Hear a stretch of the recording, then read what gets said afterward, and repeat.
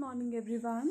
Today we will start our next chapter, that is case studies related to controlling. Let's begin. First question is D&D Limited is a large manufacturing unit. Recently the company has conducted the time and motion studies and concluded that on an average a worker could produce 120 units per day. However, it has been noticed that average daily production of a worker is in the range of 80 to 90 units. Which function of management is needed to ensure that the actual performance is in accordance with the performance as per time and motion studies? State 4 features of this function of management. So in this question it is written that management is needed to ensure that the actual performance is in accordance with the performance as per time and motion studies. So what do we call it? We call it as controlling function of management, as controlling means ensuring that the activities in an organization are performed as per the plans. Next we have to state any 4 features of this function of management. So features of controlling will be, first of all, controlling is a goal oriented function as it ensures that an organization's resources are being used effectively and efficiently for the achievement of predetermined goals. The next function of controlling is a pervasive function. Controlling is a pervasive function as it is required in all types of organizations and at all levels of management, either top, middle and lower. Then next function is continuous. Controlling is a continuous function as it involves a constant review of actual performance to ensure that activities in the organization are performed as per the plans. Then next function is controlling is both looking back and forward looking. Right?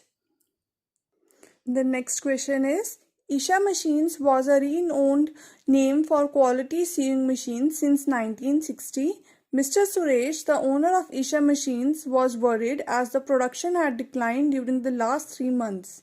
He directed the production manager to find out the reason. The production manager ordered the different supervisors to prepare a performance report of the workers working under them. Identify the step taken by the production manager that is related to one of the functions of management. So in this question, the production manager ordered different supervisors to prepare a performance report so that the performance could be measured in an objective and reliable manner. So here measurement of actual performance is the step taken by the production manager that is related to the function that is related to controlling, right? It is one of the function of controlling, measurement of actual performance, and in this actual performance should be measured in an objective and reliable manner, and measurement is normally done after the task is completed, but wherever possible it should be done during the performance. The next question is Riddhi Limited is engaged in manufacturing high and luxury pens. The target production is 700 units daily. The company had been successfully attaining this target until 3 months ago. Over the last few months, it has been observed that daily production varies between 600 to 650 units.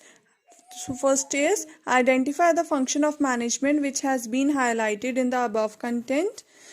Discuss the first 4 steps involved in the process of function identified above. So here in this question, Riddhi Limited is successfully attaining the target until 3 months ago, and over the last few months it is observed that the production is between 600 to 650 units.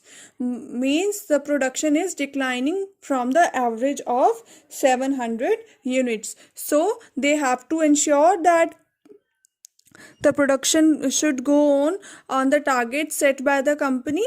So here controlling function of management will be used by the management of the company, and in the second part we have to state the first 4 steps involved in the process of controlling. So first step is setting performance standards.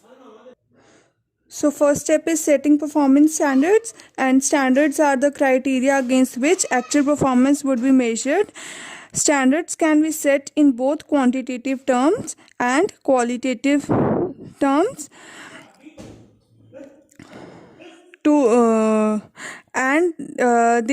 Standards should be flexible and should be flexible enough to be modified wherever required. Then second step is measurement of actual performance.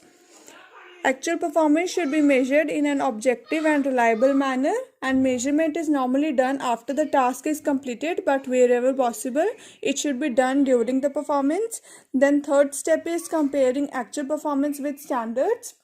Actual performance is compared with the standards to find out the deviation between actual and desired results, and comparison becomes easier when the standards are set in quantitative terms. Then fourth step is analysis deviations. Some deviation in performance can be expected in all activities.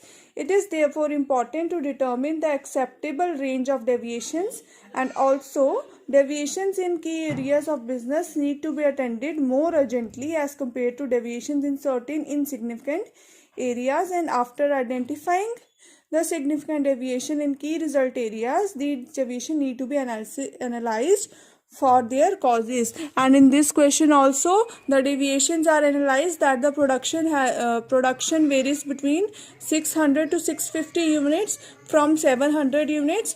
So first of all, the performance is compared that performance has declined from 700 units to 600 and 650 units. Then deviation is analyzed, and now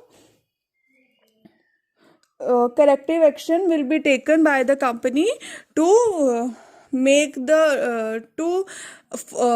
overcome the deviations and achieve the desired objectives of the organization. Hope you understood the case studies. Do comment your doubts if you have any.